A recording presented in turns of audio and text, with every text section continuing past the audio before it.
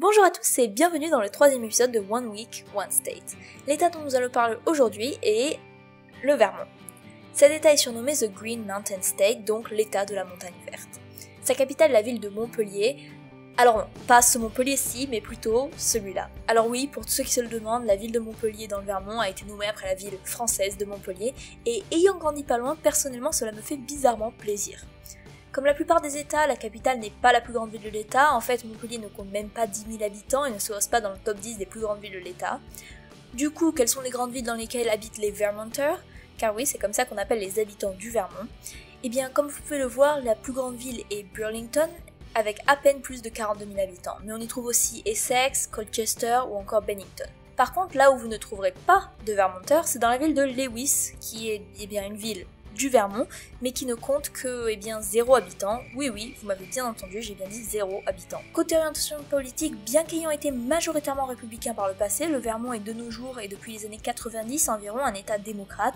Il a même été jugé comme étant l'un des états le plus loyal à ce parti. Comme d'habitude, voici maintenant le sommaire de cette vidéo. Vous pouvez bien entendu jumper au parti qui vous intéresse le plus. Alors, le drapeau, que pouvons-nous voir ce drapeau? Au centre, dans le blason, nous pouvons voir un paysage très vert, avec des montagnes se dessinant dans le coucher du soleil, et au centre, on y voit un pin. En haut, nous pouvons voir une tête de cerf, qui personnellement me donne une impression de fierté et de force. Et enfin, en dessous du blason, nous pouvons voir le motto de l'État, qui est liberté et unité, et en arrière-plan, remontant sur les côtés du blason, se trouvent 2 branches de pin, qui est un symbole de longévité. Alors passons brièvement à l'histoire de cet état. Il est estimé que les premiers natifs américains auraient habité dans ce qui est aujourd'hui le Vermont à partir de 8500 avant Jésus-Christ. Il semblerait que de nombreuses tribus auraient habité cet état, notamment des Abenaki, mais également des Pennacook et possiblement des Iroquois ou encore des Mohicans. Le premier Européen à être arrivé dans le Vermont serait Jacques Cartier, qui est un breton venant de Saint-Malo, en 1535, et c'est en 1609 que Samuel de Champlain, qui lui venait de La Rochelle, déclare le Vermont comme faisant partie de la Nouvelle-France. Cependant, il a fallu attendre presque 60 ans, c'est-à-dire en 1166, pour que la première colonie soit définitivement installée dans le Vermont sur l'île de la Motte.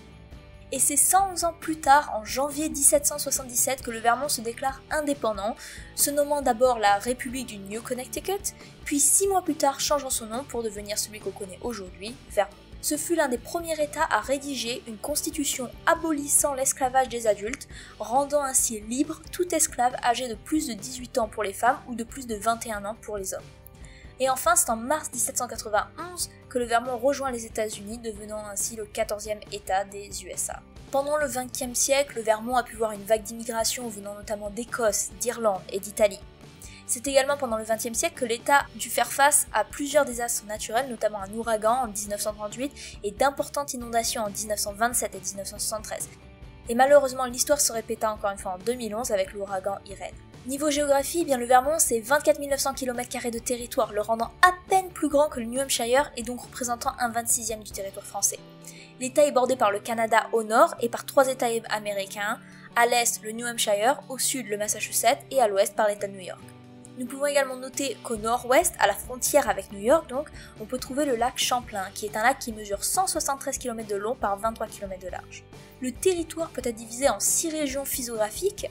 Au nord-ouest, nous avons les Lowlands, qui est un terrain relativement plat, ce qui le rend parfait d'ailleurs pour l'agriculture, et c'est là qu'on trouve donc le lac Champlain. Au sud-ouest, on trouve la région des Taconic Mountains, où l'on trouve, comme son nom l'indique, majoritairement des montagnes, et plus particulièrement des montagnes avec des sommets pointus et des côtes très marquées et abruptes. Légèrement plus à l'est maintenant et traversant l'état du nord en sud, on trouve la région des Green Mountains. Encore une fois, comme son nom l'indique, le terrain est majoritairement composé de montagnes recouvertes de forêts grâce à des pluies très fréquentes. Au sud, se longeant donc entre les Taconic Mountains et les Green Mountains, on peut trouver la Valley of Vermont qui est, je pense que vous l'avez deviné, tout simplement une vallée. À l'extrême nord maintenant, on trouve le Northeast Island, qui est un terrain élevé, montagneux et majoritairement sauvage. Enfin, le reste de l'état est couvert du Vermont-Piémont, où on trouve des rivières, des lacs, quelques montagnes, des collines et des vallées.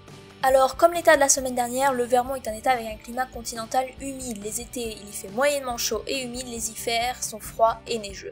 En hiver, les températures varient entre -12 et 2 degrés Celsius environ, et en été, les températures vont de 15 à 28.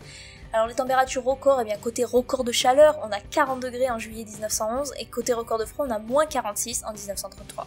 D'ailleurs, à l'heure où je vous écris et je filme cette vidéo, eh bien une partie de l'État est en alerte wind chill, qui correspond à une alerte de vent dangereusement froide descendant jusqu'à moins 35 degrés Celsius. Côté population, eh bien, le Vermont est le deuxième État le moins peuplé des États-Unis avec à peine 125 000 habitants.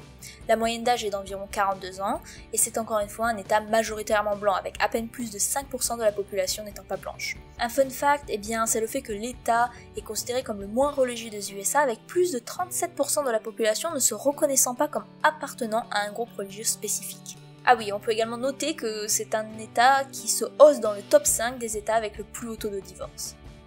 Niveau industrie et économie, l'État est notamment connu pour son rôle dans le manufacturing, notamment avec la fabrication de composants électriques. L'agriculture, l'élevage et le travail minier, notamment avec l'extraction de granit, jouent également un rôle important dans l'économie du Vermont.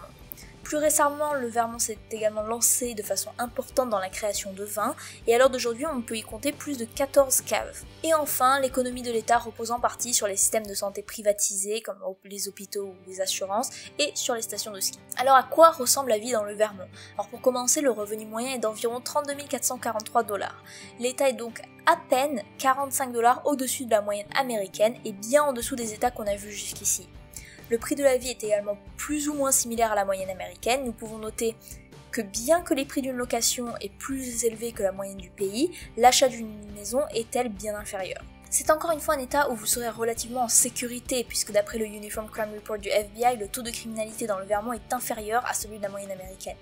On compte donc 165 crimes violents pour 100 000 habitants contre 394 pour la moyenne nationale. Et côté crimes de propriété, eh bien on compte 1436 crimes de propriété pour 100 000 habitants dans le Vermont contre 2362 pour le reste des USA. Côté éducation, le Maine est classé à la 8e place avec presque 88% de la population ayant au moins terminé le lycée. Et vous voyez s'afficher maintenant à l'écran d'autres classements du Vermont dans différentes catégories telles que l'économie, la santé, etc. Et en général, d'après le classement du US News, Vermont serait le 9e meilleur état dans lequel habiter. Finalement, quels sont les plats que l'on trouve pas mal dans le Vermont? Eh bien, alors tout d'abord, vous avez déjà entendu parler du maple syrup ou du sirop d'érable que l'on met traditionnellement sur les pancakes, mais saviez-vous qu'il existait du maple butter, qui est donc en fait du beurre d'érable? C'est quelque chose que les Vermonteurs aiment bien utiliser apparemment.